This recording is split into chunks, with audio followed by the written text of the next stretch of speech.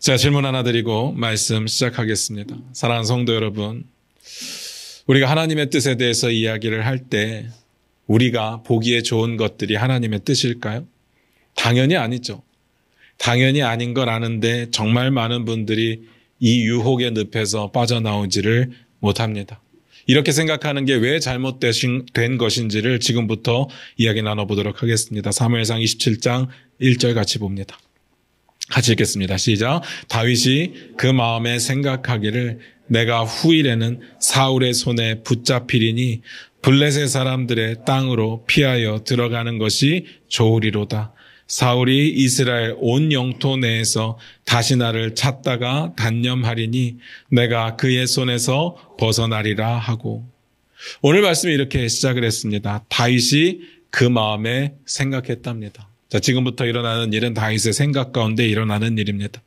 뭐라고 생각을 했는가 하면 내가 후일에는 이 사울의 손에 붙잡힐 것 같다. 이걸 우리식으로 표현하면 내가 조만간 사울의 손에 잡히겠구나라는 뜻입니다. 도대체 무슨 일이 있었던 걸까요? 우리가 알고 있는 다윗은 용감한 사람이고 용기의 사람이고 믿음의 사람인데 뭐가 이렇게 다윗을 약하게 만든 걸까요? 다윗인데. 주어진 본문을 이해하기 위해서 중요한 게 뭡니까? 전문맥이죠. 오늘 본문이 27장이잖아요. 27장이기 때문에 전문맥은 보통은 26장이 맞거든요. 그리고 사실 26장이 전문맥입니다. 그런데 우리가 26장을 안 봤습니다. 통째로 다 건너뛰었습니다. 이유는 26장에 봤던 내용을 어디선가 봤었기 때문이었습니다. 간단하게만 보도록 하겠습니다. 사무엘상 26장 1절 2절 같이 봅니다. 같이 읽겠습니다. 시작. 10사람이 기브아에 와서 사울에게 말하여 이르되 다윗이 광야 앞 하길라 산에 숨지 아니하였나이까 하매 사울이 일어나 10광야에서 다윗을 찾으려고 이스라엘에서 택한 사람 3,000명과 함께 10광야로 내려가서 또 10사람들이 사울에게 다윗을 일러 바쳤습니다. 그리고 사울은 다시 택한 사람 3,000명을 데리고 다윗을 잡으러 갔습니다. 제가 여기서 또라는 단어를 썼고요. 다시라는 단어를 썼습니다. 이거 기억하고 계시기를 부탁드려요. 그때 다윗이 아비새라는 사람과 함께 사울의 진영에 밤에 몰래 들어갑니다. 몰래 들어가서 이리저리 돌아다니는데 아무도 모릅니다. 이 과정에서 아무도 눈치채지 못하니까 무방비 상태의 사울이 있는 것을 보고 아비새는 사울을 죽이는 게 하나님의 뜻입니다. 라고 이야기를 하고 다윗은 하나님의 기름 부음 받은 종을 죽이는 것은 하나님의 뜻이 아니다. 라고 이야기를 합니다. 대신에 사울의 창과 물병만을 들고 나옵니다. 어딘지 모를 기시감이 있죠. 이 장면 어디선가 본 것 같지 않습니까? 그래서 앞에서 제가 또라는 말과 다시라는 말을 썼습니다. 아마 여러분 다 기억나실 겁니다. 사울이 큰일을 보기 위해서 동굴 안으로 들어가는데 하필이면 그 동굴이 다윗과 함께했던 사람들이 숨어있던 그 동굴이었죠. 그때 다윗의 사람들이 똑같은 이야기를 했었습니다. 사울을 죽이는 게 하나님의 뜻입니다. 다윗도 똑같은 이야기를 했습니다. 하나님의 기름 부음 받은 종을 죽이는 것은 하나님의 뜻이 아니다. 비슷하죠. 대신에 그때는요. 사울의 겉옷자락을 살짝 베어가지고 나왔는데 오늘은 겉옷자락 대신에 사울의 창과 물병만을 가지고 나왔습니다. 다음에 전개될 내용도 비슷합니다. 다윗이 말을 합니다. 그때는 사울에게 직접 소리를 쳤었는데 이번에는 사울에게 직접 소리치지 않고 그 부하 아브넬에게 소리를 칩니다. 아브넬에게 하는 이야기입니다. 너 왕 똑바로 안 지킬래? 내가 니네 진영에 들어가서 마음대로 돌아다녔는데 아무도 모르고 한번 확인해봐라. 내가 사울 왕의 창과 물병을 가지고 나왔다. 니네 이렇게 지키는 거 다 죄다. 라고 말합니다. 근데 이렇게 다양하게 이야기를 했지만 한마디로 내가 사울 왕을 죽일 수 있었는데 안 죽였다라는 이야기를 한 겁니다. 그때 사울이요. 동굴 사건 때와 똑같은 반응을 합니다. 아, 내가 잘못했다. 다시는 너를 쫓지 않겠다. 그렇게 말을 하고는 자기 집으로 돌아가죠. 비슷합니다. 거의 똑같죠. 그래서 26장은 넘어갔습니다.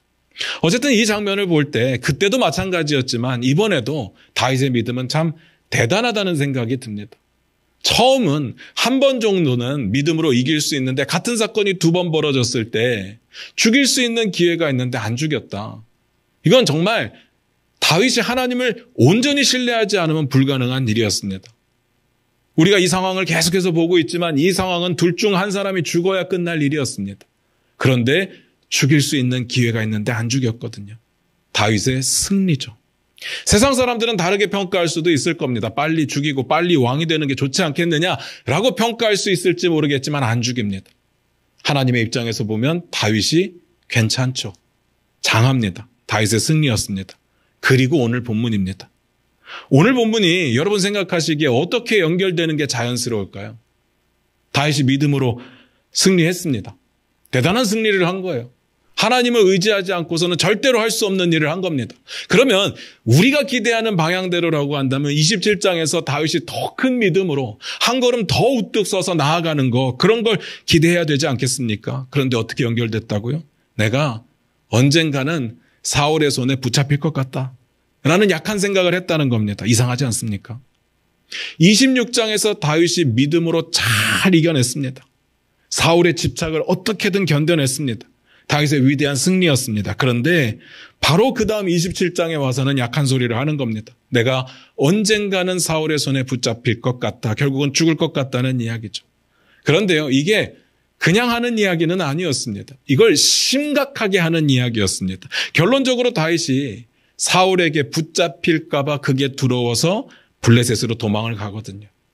왜 이렇게 약해졌을까요? 왜 이렇게 다윗이 다윗답지 않을까요? 물론 이해가 아예 안 되는 건 아니잖아요. 동굴 사건에서 봤을 때 사울이 뭐라고 했었는가 하면요, 다윗을 향해서 이렇게 말합니다. 네가 결국엔 왕이 될 거다. 너의 나라가 세워지면 나를 좀 불쌍히 여기고 내 집안을 좀 건드리지 말아달라 간청을 하거든요. 이제 완전히 사울이 하나님의 뜻을 다 인정한 것처럼 보이고요. 다윗을 잡으려고 하는 의지가 다 꺾인 것처럼 보였습니다. 이 내용이 24장에 나와요. 그런데 26장에서 또 다윗을 잡으려고 3,000명을 데리고 온 겁니다. 사실 25장은요, 아비가일하고 결혼하는 내용이기 때문에 좀 전혀 다른 상황이고요. 24장하고 26장이 연결이 되는데 바로 이어서 잡으러 온 겁니다. 결국 다윗의 입장에서 생각할 때 사울은 어떤 사람처럼 보였을까? 그냥 변덕스러운 사람인 겁니다. 언제 마음을 또 바꿔서 다윗을 죽이려고 할지 모르는 사람. 그가 아무리 약속을 했어도 믿을 수 없는 사람이었던 것뿐이었습니다. 벌써 성경에 공식적으로 기록된 것만도요, 사울이 다윗을 죽이려고 하는 게 6번째입니다. 그럼 비공식적으로 이야기를 한다면 훨씬 더 많았을 것 같아요. 그리고 이런 식이라고 한다면 다윗이 무조건 불리합니다. 사울은요, 하나님의 뜻 관심 없습니다. 그냥 자신의 적이 될 만한 다윗을 죽이고 싶은 거예요. 어떤 방법을 써도 돼요. 근데 다윗은 어떻습니까? 하나님의 뜻이 너무 중요한 사람입니다. 하나님의 뜻대로 해야 되기 때문에 다윗이 사울을 맞설 수가 없습니다. 불리하죠. 하나님을 믿기 때문에 그런 제약이 많았습니다. 저는 이거 우리 삶에 좀 적용해서 보셨으면 좋겠습니다. 하나님을 믿기 때문에 우리도 세상 가운데 제약이 많을 수밖에 없습니다. 물론 결론적으로 우리는 승리할 겁니다. 하나님께서 우리의 손을 들어주시겠죠. 우리가 나중에 세상 끝날이 되면 왕노릇할 겁니다. 그러나 이 땅에서 살 때는요, 이런 제약을 가지고 살아갈 수밖에 없다는 이야기입니다. 제발 부탁드리는 건 막연한 판타지 버리시기를 부탁드려요. 예수 믿으면 무조건 잘 된다. 잘 될 겁니다. 그런데 우리가 생각하는 그런 방식은 아닐 겁니다. 한번 상상해 보세요. 하나님의 뜻대로 살려면 어떻게 해야 됩니까? 정직해야죠. 법 잘 지켜야죠. 부당한 이익을 취하면 안 됩니다. 참아야 되고, 용서해야 되고, 사랑해야 되고, 남들보다 더 희생해야 되고, 헌신해야죠. 이게 우리의 삶의 방식입니다. 근데 세상은요, 전혀 그렇지 않습니다. 불법과 편법이 판치고 밟고 일어나는 사람들이 승리하는 겁니다. 불리하죠. 그래도 결국은 승리할 겁니다. 다만 우리가 원하는 스토리는 아니라는 이야기죠. 제가 이 상황을 어떻게 설명을 드릴까 고민을 하다 문득 떠오르는 장면이 있었습니다. 링 위에서 두 사람이 권투를 한다고 한번 생각을 해보시기 바랍니다. 한 사람은 글러브를 끼고 규칙을 지키면서 권투를 합니다. 그런데 상대방은요, 글러브도 끼지 않고 종합 격투기의 방식으로 지멋대로 싸웁니다. 규칙도 없이. 그리고 두세 사람이 들어옵니다. 아니, 세네 사람이 들어올 수도 있죠. 막무가내입니다. 누가 이기겠습니까? 결국엔 하나님께서 이 경기를 중단시키시고 우리의 손을 들며 네가 이겼다라고 말하겠지만 그렇게 되기까지는 그 안에서 반칙도 당하고 상처도 입으면서 지낼 수밖에 없다는 겁니다. 그래서 예수님이 말씀하신 게 뭡니까? 너희가 세상에서 환난을 당하나 참으라고 말씀하시는 겁니다. 견디라고 말씀하시는 거죠. 다윗이 지금까지 그렇게 잘 해왔습니다. 힘이 없어서가 아니라 하나님의 뜻이 있기 때문에 참았습니다. 사울 왕의 비겁한 공격에도 참았습니다. 그런데 다윗이요, 천성적으로 타고났기 때문에 이게 쉬워서 잘 참았던 것은 아닙니다. 오늘 보면 끝부분에 보면 이런 기록이 있거든요. 사무엘상 27장 7절입니다. 한번 같이 읽어보도록 하겠습니다. 같이 읽겠습니다. 시작. 다윗이 블레셋 사람들의 지방에 산 날수는 1년 4개월이었더라. 앞에서도 말씀드렸듯이 다윗이 사울에게 붙잡힐까 봐 두려워서 블레셋으로 들어가거든요. 그런데 그 블레셋에 들어가서 얼마를 있었는가 하면 1년 4개월을 있었대요. 꽤 길죠. 근데 이 길다라는 게 중요한 게 아니라 이 기간이 다윗의 도피 생활 가운데 어떤 시점이었을까라는 이야기입니다. 이 1년 4개월이 끝나게 되는 이유가 뭔가 하면 사울이 죽으면서거든요. 제가 앞에서 그런 이야기를 드렸어요. 둘 중 하나가 죽어야 되는 일이다. 사울이 죽으면서 끝납니다. 다윗은 유다의 왕이 돼요. 이게 왜 중요한가 하면요. 다윗이 자신의 목숨을 지키기 위해서 도망 다니죠. 사울이 죽이려고 했던 게 공식적으로 6번이라고 말씀을 드렸잖아요. 그 기간이 정확하게 얼마인지는 모르겠지만 하여간 10년 정도 되는 시간인데 그 10년의 기간 가운데 가장 마지막 시점에 이르렀다는 이야기입니다. 항상 동트기 전에 가장 어두운 법이거든요. 잘 생각해 보세요. 죽을 뻔했던 위기를 한두 번 넘긴 게 아니잖아요. 그리고 이 기간이 1년 정도가 아닙니다. 아니 길면 3년 정도면 어떻게든 참아볼 수 있겠는데 10년이에요. 왕이 된다고 물론 어려움이 없는 건 아닐 겁니다. 또 다른 어려움이 있겠죠. 외세와 싸워야 될 거고 내부의 적들과 싸워야 될 거고 그런데 왕이 되면 최소한 살기 위해서 몸부림치지는 않아도 되지 않을까요? 사울이 죽이려고 하는 그 상황 가운데 도피 생활은 안 해도 되지 않을까요? 근데 지금은 어떻습니까? 위기를 넘겼는데 또 위기예요. 사울이 미안하다 그러고 떠나가는데 또 잡으러 올 겁니다. 그럼 분명해요. 그게 사울에게 어울리는 모습입니다. 게다가 도망다닌 도피처만 10몇 군데예요. 10몇 군데. 그러다 보니까 다윗은요. 10년 전에도 도망자 신세였는데 10년이 지난 지금 시점도 도망자 신세입니다. 아니 언제 왕이 되냐고요. 따지고 들면 다윗이 왕이 되고 싶다고 한 적이 한 번도 없습니다.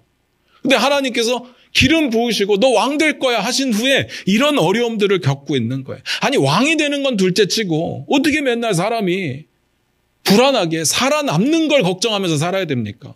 밤에 잠들면서 내일 눈 뜨는 것이 보장되지 않은 사람을 10년 동안 살았다고 한번 상상을 해보시기 바라요. 어떨까요? 이게 정상적인 삶이겠습니까? 사람이 지치죠. 지칩니다. 그래서 다윗이 두려울 수밖에 없어요. 당연히 믿음의 사람이죠. 근데 초창기엔 믿음의 사람이었는데 나발 사건 때도 보면요. 뭔가 흔들리는 것을 볼 수 있었습니다. 점점 지치고 있는 거죠. 그래서 다윗의 이 두려움이 이해가 됩니다. 이해가 안 되는 게 아니에요. 그럼 한번 여쭙고 싶어요. 이해가 되잖아요. 상황이 어쩔 수 없었습니다. 다윗이 코너에 몰렸고요. 그러길 너무 긴 시간을 지냈습니다. 그래서 블레셋으로 간 거예요. 그러면 하나님의 뜻일까요? 다윗은 이게 가장 좋은 선택입니다. 그럼 하나님의 뜻일까요? 절대로 아니죠. 잘 보시기 바랍니다. 다윗이 모압에 있을 때 제가 뭐라고 말씀드렸는가 하면 사실상 다윗이 도피 생활 가운데 숨어 지내기 가장 좋은 장소였습니다. 라고 말씀을 드렸어요. 거기에 가면서 좀 안정이 됐습니다. 그런데 가선지자가 갑자기 나타나던 여기가 아니래요. 유다로 가야 된답니다. 유다에 있어야 된다라고 이야기를 합니다. 그게 하나님의 뜻이래요. 모압이 좋은 건 다윗의 뜻이었고 유다로 가야 되는 건 하나님의 뜻이에요. 다윗이 어떤 선택을 합니까? 당연히 가죠. 도피처로서는 최적의 장소였던 모압 미스베를 버리고 갑니다. 왜냐하면 하나님의 뜻이니까요. 그리고 버틴 겁니다. 유다에서 모든 생명의 위협 가운데 버틴 겁니다. 그런데 지금 그 시간이 너무 오래되다 보니까 마음도 상하고 약해지고 지치고 유다를 떠나서 블레셋으로 갔습니다. 이해는 되는데 이해는 되는데 하나님의 뜻은 아니죠. 물론 이렇게 의심해 볼 수 있습니다. 하나님께서 다른 뜻을 주셨을 수 있지 않습니까? 아니면 다윗이 충분히 하나님께 여쭤볼 수 있었던 거 아닐까요? 제가 자주 말씀드렸던 내용이 있어요. 성경에 기록되지 않았다고 해서 다윗이 하나님께 묻지 않았다라고 단정 지을 수 없다라는 이야기를 여러 차례 말씀드렸는데 오늘 본문은 달라요. 이 본문에서는 분명히 안 물었습니다. 제가 앞에서 뭐라 그랬어요? 지금부터 일어나는 일은 다윗의 생각 때문에 일어난 일이라고요. 다윗이 마음에 생각합니다. 뭐라고 생각했느냐? 내가 언젠가는 사울의 손에 붙잡힐 것 같으니까 내가 블레셋 땅으로 도망가는 게 좋으리로다. 좋으리로다라고 이야기를 합니다. 다윗은 자기 생각에 좋아 보이는 것을 선택했습니다. 누차 말씀드리는데요. 인간의 죄 가운데 가장 큰 죄가 이겁니다. 내가 보기에 좋은 거 선택하는 거. 사사시대를 꿰뚫는 이스라엘의 범죄함의 그 역사를 한마디로 뭐라고 말씀드렸는가 하면 자기 소견에 옳은 대로 행하는 게 죄라고 말씀드렸습니다. 하나님의 뜻이 버젓이 있는데요. 유다에 머무는 게 하나님의 뜻이라고 분명히 말씀하셨는데요. 자기가 보기에 좋아 보이는 걸 선택합니다. 그런데요. 우리가 지금 이렇게 보니까 다윗이 잘못했네 라고 생각하겠지만 우리가 살면서는요. 이게 잘 보이지 않습니다. 늘 우리를 헷갈리게 만드는 요소들이 있습니다. 그래서 그게 죄라는 걸 인식을 못해요. 까먹습니다.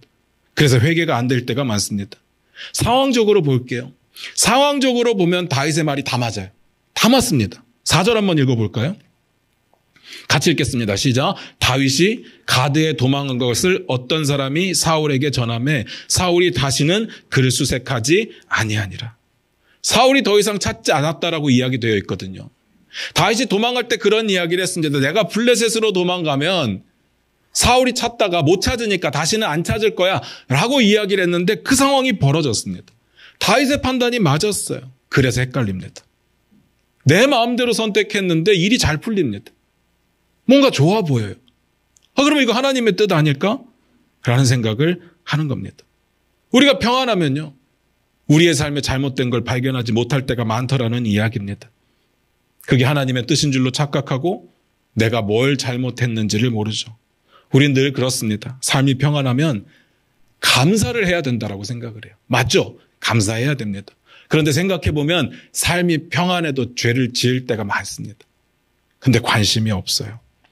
하나님의 뜻으로부터 내가 얼마나 벗어나 있는지, 내가 얼마나 멋대로 살았는지 관심이 없습니다.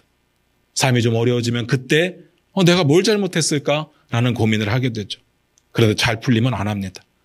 그래서 이렇게 묻고 싶습니다. 상황적으로 나에게 보기에 좋아 보이는 게 하나님의 뜻일까요? 아닙니다. 아무리 블레셋으로 도망을 가서 예상했던 결과대로 나왔다고 할지라도 이런 건 하나님의 뜻이라고 말할 수가 없습니다. 진짜 조심해야 됩니다. 우리가 늘 기도 응답을 어떻게 받는가 하면요. 둘 중 하나일 겁니다. 기도해보고 마음이 편하면 하나님의 뜻이구나. 내가 어떤 일을 놓고 기도했는데 그 일에 앞에 길이 열리면 이거 하나님의 뜻이구나. 그런데 생각해보면요. 그럴 수도 있고 아닐 수도 있습니다. 그런데 우리는 잘 되면 무조건 하나님의 뜻이라고 받아들입니다. 정말 중요한 거, 제가 항상 강조하는 거, 말씀에 비춰봐야 됩니다. 하나님의 속성에 어울려야 됩니다. 하나님의 뜻, 하나님의 가르침, 하나님의 성품, 하나님의 속성에 어울려야 됩니다. 조화를 이루어야 돼요. 그래서 비춰봐야 되는데 안 비춰봅니다. 다윗은요, 자기가 보기에 좋은 걸 선택했습니다. 그런데 공교롭게도 결과가 좋았던 거예요. 결과가 좋으니까 그게 하나님의 뜻이었을 거라고 생각했을 겁니다. 물론 성경에 다윗이 그렇게 생각했다는 내용은 안 나오니까 모르겠지만 우리라면 그랬을 것 같아요. 우리라면. 결과가 좋으면 하나님의 뜻이다. 반대로 결과가 나쁘면 하나님의 뜻이 아니다. 우리는 항상 이렇게 생각하니까요. 잘 들으셔야 됩니다. 하나님의 뜻은 나에게 유익하고 유리한 상황이 펼쳐졌을 때 그게 하나님의 뜻이 아닙니다. 하나님의 말씀에 조화를 이루고 하나님의 속성에 어울릴 때 이게 하나님의 뜻이구나를 깨닫게 되는 겁니다. 다윗이 그걸 놓쳤죠. 자기가 보기에 선한 일을 선택합니다. 결과가 좋으니까 다윗도 이게 하나님의 뜻이었을 거라고 큰 문제로 생각하지 않았습니다. 그런데 다윗의 이 선택이 어떤 결과를 가지고 오는지 봐야 됩니다. 그 다음 볼게요. 사무엘상 27장 2절입니다. 같이 읽겠습니다. 시작. 다윗이 일어나 함께 있는 사람 600명과 더불어 가드왕 마옥의 아들 아기스에게로 건너가니라. 다윗이 어디로 갔다고요? 가드왕 마옥의 아들 아기스. 아기스라는 사람은 어디서 본 것 같지 않습니까? 한번 찾아볼까요? 사무엘상 21장 10절입니다. 사무엘상 21장 10절입니다. 같이 읽겠습니다. 시작. 그날에 다윗이 사울을 두려워하여 일어나 도망하여 가드왕 아기스에게로 가니. 다윗의 두 번째 도피처였습니다. 그리고 그때도 왕이 아기스였습니다. 그곳으로 다윗이 다시 갑니다. 계속 보면서 말씀을 드릴게요. 사무엘상 27장 3절입니다. 같이 읽겠습니다. 시작. 다윗과 그의 사람들이 저마다 가족을 거느리고 가드에서 아기스와 동거하였는데 다윗이 그의 두 아내 이스라엘 여자 아히노암과 나발의 아내였던 갈멜 여자 아비가일과 함께하였더니. 다윗이요, 예전에 아기스에게 갈 때는 혈혈 단신 한두 명 있었는지 모르겠지만 하여튼 데리고 갔는데 이번에는 600명을 데리고 갑니다. 근데 또 600명만 간 게 아니라 항상 이스라엘의 숫자는 어떻게 센다고요? 가족을 빼고 전쟁에 나갈 수 있는 남자의 숫자만. 그러면 그냥 기본 3배 잡으면 한 1,800명 정도, 4배 잡으면 2,400명 정도. 근데 상상해 보시면 이때는 자식을 많이 낳던 시대잖아요. 4배일지 5배일지 6배일지는 아무도 상상을 못해요. 그냥 하여튼 그 정도라고 보고요. 이 많은 인원이 가드에 갑자기 들어가서 자리를 잡게 된 상황입니다. 이거 가능할까요? 이런 생각이 드는 거예요. 이거 비좁지 않을까요? 아니면 이거 서로 불편하지 않을까요? 상황적으로 볼 때. 그래서 그 다음 내용이 이렇게 연결이 되는 겁니다. 사무엘상 27장 5절입니다. 같이 읽겠습니다. 시작. 다윗이 아기스에게 이르되 바라건대 내가 당신께 은혜를 입었다면 지방 성읍 가운데 한 곳을 내게 주어 내가 살게 하소서. 당신의 종이 어찌 당신과 함께 왕도에 살리까 하니. 다윗이 아기스에게 이런 부탁을 합니다. 지방에 있는 성읍 중에 아무거나 하나만 저에게 주세요라고 이야기를 합니다. 이유가 뭐라고요?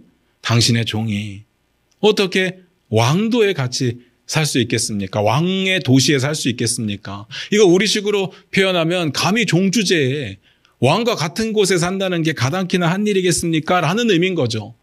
굉장히 겸손한 의미이기는 한데 앞에서 말씀드린 대로 불편하니까 좀 멀리 떨어져 있겠습니다라는 뜻일 겁니다. 다윗의 입장에서 볼게요. 일단 사울에게서 벗어난 건 너무 좋죠. 일단 죽을 걱정은 안 해도 되는 거잖아요. 그런데 문제는요. 아무리 아기스가 자기를 받아들였다고 해도 의심이 전혀 없을까요? 몇천 명을 데리고 들어왔는데? 그럼 상상을 해보세요. 다윗이 뭘 하든 일거수일투족 다 왕에게 보호가 갔을 겁니다. 그럼 다윗이 뭘 할 수 있어요? 정말 우리가 흔히 표현하는 창살 없는 감옥 속에 갇혀있는 것과 별반 다르지 않죠. 생명은 유지하는데 할 수 있는 일이 아무것도 없어요. 그래서 지방성읍을 달라고 하는 겁니다. 좀 벗어나려고.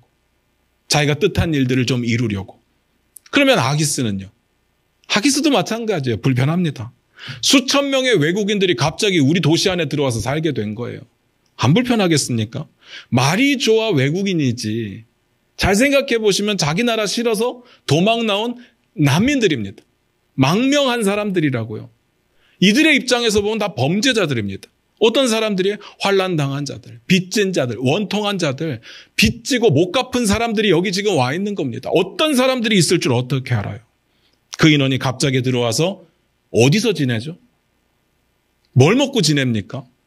그 땅에 그들이 거주하면서 먹고 살 만큼의 그런 넉넉한 것이 있었을까? 무엇보다도 가장 껄끄러운 게 뭔가 하면요. 다윗이 지금 무장 세력 600명을 데리고 왕의 도시 안에 들어와 있는 겁니다. 마음을 따르게 먹는다면 어떤 일이 벌어질 줄 몰라요. 엄청 불편한 상황이죠. 그 상황에 다윗이 알아서 지방으로 가겠다라고 이야기를 합니다. 그래서 어떻게 합니까? 사무엘상 27장 6절입니다. 같이 읽겠습니다. 시작. 아기스가 그날에 시글락을 그에게 주었으므로 시글락이 오늘까지 유다 왕에게 속하니라. 아기스가 언제 줬다고요? 그날에. 이런 이야기를 하고 그날에 줍니다. 아기스도 불편했으니까요. 옳거냐고 준 겁니다. 다윗을 멀리 떨어뜨려 놓으면 감시는 좀 힘들 거예요. 근데 속은 좀 편하겠죠. 그리고 버리는 게 아니잖아요. 내쫓는 게 아닙니다. 국경지대에 놔두면 아마 국경을 보호하는 일을 했을 거예요. 자기가 살기 위해서라도 적군을 막았겠죠. 그래서 줍니다. 생각해보니까 모든 게 다 정리가 잘 됐습니다. 아기스는 변방에 다윗이 주둔하고 있으니까 안정적으로 느껴졌을 것이고, 다윗도 변방에서 어떤 지방을 얻어서 자기가 하고 싶은 일을 할 수 있으니까 모든 것들이 다 좋았습니다. 모든 게 완벽해요. 이 정도 되면 제가 앞에서 말씀드렸던 최적의 장소라고 말씀드렸던 모압보다 더 나아 보입니다. 왜냐하면 블레셋이 더 강하니까. 아마 사울이 블레셋은 침공을 못할 겁니다. 상상도 못할 일이잖아요. 여전히 두려운데요. 그렇지만 잊지 말아야 됩니다. 아무리 결과가 좋아도 하나님의 뜻에 순종하는 것보다 좋을 수는 없습니다. 바꿔 말씀드릴게요. 하나님의 뜻에 불순종하는 일은 무조건 죄입니다. 근데 문제는 이렇게 일이 잘 풀리면요, 그게 죄라는 사실을 못한다는 겁니다. 이게 하나님의 뜻일 수도 있겠다라고 스스로 믿어버립니다. 스스로 속입니다. 착각합니다. 자, 앞으로 다윗에게 어떤 일이 벌어질까요? 다윗은 일단 자기 왕권을 강화하는 일을 합니다. 아직 왕이 된 건 아니지만 왕이 됐을 때 필요한 일들을 합니다. 어떤 일을 하느냐? 이스라엘의 계속되는 적들을 다 제거합니다. 사무엘상 27장 8절입니다. 같이 읽겠습니다. 시작. 다윗과 그의 사람들이 올라가서 그슬 사람과 기르스 사람과 아말렉 사람을 침노하였으니 그들은 옛적부터 술과 애굽 땅으로 지나가는 지방의 주민이라. 다윗은요, 왕에게서 멀리 떨어져서 자신의 힘을 키웁니다. 주변 사람들, 주변 민족들을 다 정리를 합니다. 그런데 이렇게 하기에 너무 마음대로 하는 거잖아요. 아기스가 걸릴 겁니다. 아기스가 자기 살라고 준 건 아니거든요. 그냥 거기서 조용히 좀 있어라. 그리고 적들이 쳐들어오면 잘 막아라. 그런 의미로 준 건데, 그래서 다윗이 어떻게 하는가 하면요, 아기스에게 계속 거짓 보고를 합니다. 사무엘상 27장 10절입니다. 같이 읽겠습니다. 시작. 아기스가 이르되 너희가 오늘은 누구를 침노하였느냐 하니 다윗이 이르되 유다 네겝과 여라무엘 사람의 네겝과 겐 사람의 네겝이니이다 하였더라. 다 거짓말이죠. 다 거짓말입니다. 아까 우리가 앞에서 읽었던 사람들하고 전혀 다른 민족들입니다. 그런데 이게 감사한 일인지 뭔 일인지 모르겠지만 아기스가 믿습니다. 다윗을 신뢰합니다. 좋아합니다. 결국 어떻게 되느냐? 사무엘상 28장 1절입니다. 같이 읽겠습니다. 시작. 그때 블레셋 사람들이 이스라엘과 싸우려고 군대를 모집한지라 아기스가 다윗에게 이르되 너는 밝히 알라. 너와 내 사람들이 나와 함께 나가서 군대에 참가할 것이니라. 아기스가 다윗이 마음에 들었고 믿을 만하다 생각을 하니까 나랑 같이 전쟁에 나가자. 그럴 수 있죠. 근데 그 상대가 누구라고요? 이스라엘. 이스라엘과 전쟁을 하려고 하는데 다윗을 부른 겁니다. 다윗과 함께한 600명을 부른 거예요. 다윗은 지금 이스라엘과 전쟁을 해야 되는 지경에 이르렀습니다. 뭔가 다윗의 충성심을 확인하고 싶은, 아니면 다윗의 의심을 걷어버리고 싶은 그런 의도가 보이기도 합니다. 다윗에겐 위기죠. 하나님의 뜻이 뭐라고요? 유다 땅 떠나면 안 된다. 분명히 말씀하셨어요. 떠나면 안 된다. 여기 있어야 된다. 여기 머물러야 된다. 그런데 버리고 떠났어요. 여기가 좋아 보여서 블레셋으로 갔습니다. 그런데 어떤 상황이 펼쳐졌다고요? 하나님의 백성들인 이스라엘과 싸워야 되는 상황이 벌어진 겁니다. 잘 생각해 보세요. 자기가 이스라엘 왕이 돼야 되는데요. 왕이 되기 전에 이스라엘과 전쟁했던 사람이라고요? 누가 좋아합니까? 이런 이력을 가진 사람이 왕이 됐을 때 누가 그 사람을 왕으로 인정하겠어요? 자기가 이스라엘의 왕이 돼야 되는데 이스라엘과 전쟁을 해야 된다. 안 그러면요, 거절하면요, 왕이 의심하겠죠. 그 600명 정도 블레셋이 쳐들어와서 다 죽일 수도 있을 겁니다. 말이 안 되는 상황이 벌어졌습니다. 지금까지 하나님의 뜻 때문에 사울과 대적하지 않았습니다. 지금까지 하나님의 뜻 때문에 살아남기 위해 최선을 다했습니다. 미친 척이라도 해서 살아남으려고 했습니다. 하나님의 뜻 때문에 사울을 죽일 수 있는 기회가 2번이 있었지만 그걸 포기합니다.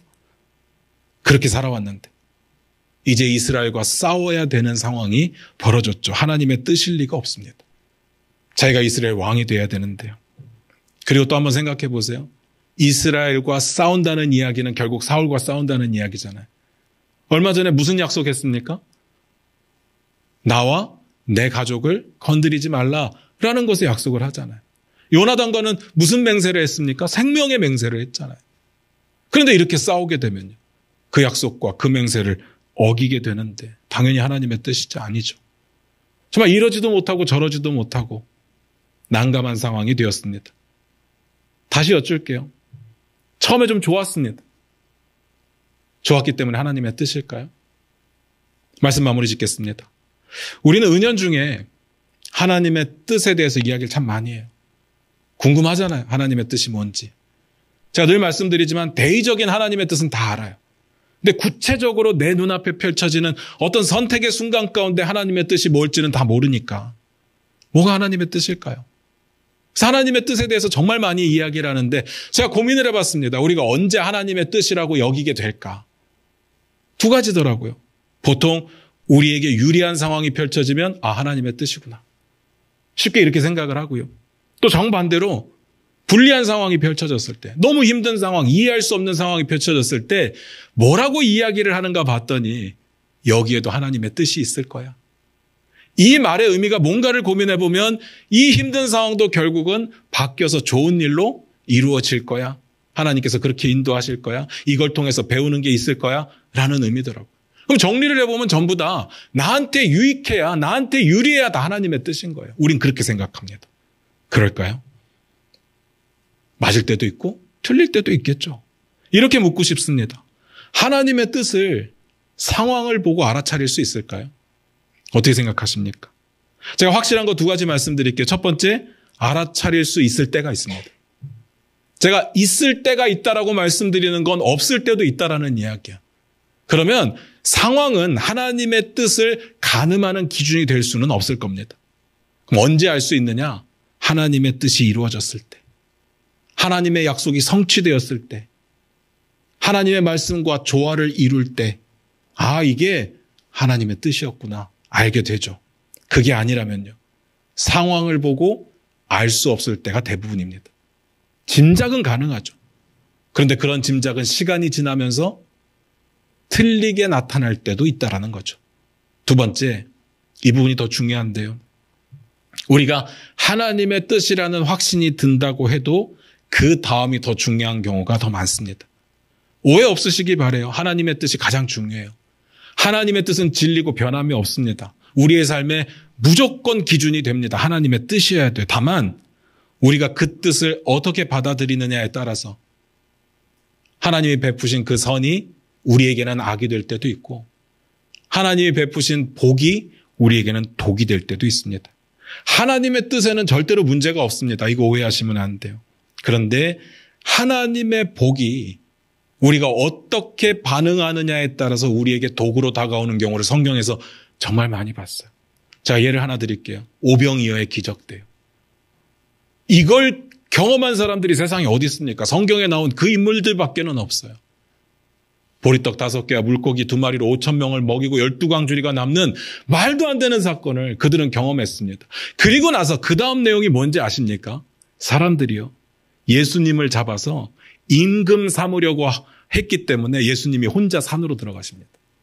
이 엄청난 복을, 이 엄청난 기적을, 이 엄청난 은혜를 경험했는데 왜 이들은 하나님이 뜻하신 대로 반응하지 못했을까? 자기들의 유익만 생각했기 때문이었습니다. 그래서 그 다음이 중요합니다. 하나님의 뜻을 발견하고 그 다음 어떻게 할 건데요? 하나님의 은혜를 경험하고 그 다음 어떻게 할 겁니까? 만약에 하나님의 뜻이 도저히 뭔지 모를 때 어떻게 하실 겁니까? 그게 중요하지 않겠습니까? 우리가 하나님의 뜻이 궁금한 건 너무 좋습니다. 하나님의 뜻을 찾아야 됩니다. 하나님을 발견해야 됩니다. 하나님의 뜻은 변함이 없고 상황이 아무리 우리가 생각하기에 그지 같아도 하나님의 뜻은 변한 적이 없어요. 그 상황에 따라 변하지 않는 하나님의 뜻을 발견해야 돼요. 대신에 우리의 삶이 운명 지어져 있다라고 생각지는 마시기 바라요. 우리가 그 숨겨져 있는 A를 선택할지 B를 선택할지 잘 모르겠을 때 하나님의 뜻은 예전부터 A를 선택하기로 우리에게 프로그래밍 되어 있는 게 아니라는 겁니다. 그걸 발견하지 못해서 우리가 실패하는 게 아니에요. 우리가 어떤 선택을 했을 때 하나님이 기뻐하시는 일을 위해서 최선을 다한다면 그곳이 하나님의 뜻이 될 때가 많죠. 물론 하나님의 말씀으로 금하고 있는 건 하나님의 뜻이 될 수가 없어요. 하나님의 뜻으로 분명히 말하고 있는 건 그걸 안 하면 하나님의 뜻이 될 수가 없어요. 그런데 우리의 삶은 대부분 그렇지는 않습니다. 어떻게 선택할 거냐? 그리고 어떤 선택을 하면서 어떻게 하나님의 뜻대로 살아갈 거냐는 우리가 만들어가는 거죠. 그게 우리에게 주어진 숙제입니다. 그리고 이 선택이 잘못되었을 때 다윗처럼 위기에 처하게 되죠. 거짓말로 모면해야 되고 거짓말로 모면했을 때 좋은 것만이 오는 것이 아니라 위기에 처할 수도 있습니다. 하나님의 뜻을 몰랐던 게 아니에요. 다만 자기에게 유리한 상황이 하나님의 뜻이길 바랬던 거죠. 그래서 그 다음이 중요합니다. 하나님의 뜻이 무엇인지를 알았을 때 우리는 어떻게 할 건데, 하나님의 뜻이 무엇인지 몰랐을 때 우리는 어떻게 할 건데, 이 문제를 스스로에게 질문해 봐야 되는 거죠. 솔직해져야 됩니다. 우리가 하나님의 뜻이 알고 싶은 이유가 뭘까요? 내가 선택하는 이 선택에 성공의 확률이 얼마나 크냐, 그거 알고 싶은 거 아닙니까? 내가 선택하는 이 선택에 정말 하나님께서 나를 보장해서 이기게 해주실까? 그게 궁금한 겁니다. 하나님의 뜻은요, 성경에 기록된 하나님의 뜻에 조화를 이루어야 하나님의 뜻인 거고요. 우리는 우리의 삶에 그렇게 조화를 이루도록 날마다 살아갈 숙제가 있는 겁니다. 하나님의 뜻을 찾기 위해서 몸부림치시고, 하나님의 뜻을 발견하지 못하더라도 하나님의 뜻과 가장 어울리는 삶의 방식대로 최선을 다하여 순종하며 살다 보면 하나님께서 우리를 만나 주실 겁니다. 성경 그렇게 약속하고 있습니다. 예레미야서 29장 13절 우리 같이 읽고 마치도록 하겠습니다. 같이 읽겠습니다. 시작. 너희가 온 마음으로 나를 구하면 나를 찾을 것이요 나를 만나리라. 기도하겠습니다.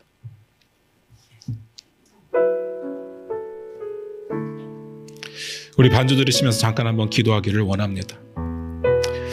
이 시간은 좀 스스로에게 솔직해지는 시간이 되기를 원합니다. 하나님의 뜻이 궁금하십니까? 정말 우리를 향한 하나님의 뜻이 궁금하신 겁니까? 아니면 내가 실패 없이 실수 없이 성공하고 잘 사는 것이 보장받기를 원하시는 걸까요? 두 마음이 다 있겠죠. 근데 우리도 모르게 일이 잘 되는 걸 하나님의 뜻이라고 생각하고요, 일이 안 되는 건 하나님의 뜻이 아니라고 생각합니다. 그러면서 솔직히 말하면 내게 좋은 거지만 그게 하나님의 뜻이라고 스스로를 속이고 나아갈 때가 정말 많습니다.